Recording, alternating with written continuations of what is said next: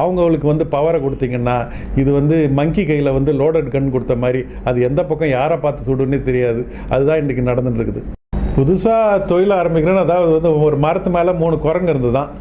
ஒரு குரங்கு வந்து அந்த மரத்துலேருந்து ஜம்ப் பண்ணணும்னு நினச்சி தான். இன்னும் எத்தனை குரங்கு இருந்தது அப்படின்னு சொல்லி கேட்பாங்க ஒரு கொஸ்டின். அதுக்கு ஆன்சர் வந்து சில பேர் 2ன்னுவாங்க, ஆக்சுவலாக வந்து 3. அந்த குரங்கு நினச்சிது, அவ்வளோதான், தவிர அது ஒன்றும் ஜம்ப் ஒன்றும் பண்ணல. அதை மாதிரி வந்து நினைக்கிறதுனால நீங்கள் ஒன்றும் சாதிக்க முடியாது. அதாவது இதுக்கு அப்துல் கலாம் ரொம்ப அழகாக சொல்லுவார், கனவு என்பது உன் தூக்கத்தில் வருவது இல்லை, எது உன்னை தூங்க விடாமல் இருக்கிறதோ அதுதான் உண்மையான கனவு. அந்த மாதிரி உனக்கு கனவு வருமா அப்படின்னா நீ எந்த பிரச்சனையை வேணால் நீ வந்து சால்வ் பண்ணி நீ வந்து இது பண்ணுவேன். நான் புதுசாக தொழில் தொடங்க நினைக்கிற இவங்க ஆண்டர்ப்ரனருக்கு நான் சொல்கிறது வந்து ஃபஸ்ட்டு எக்ஸ்பீரியன்ஸ் எடுத்துக்கோங்க.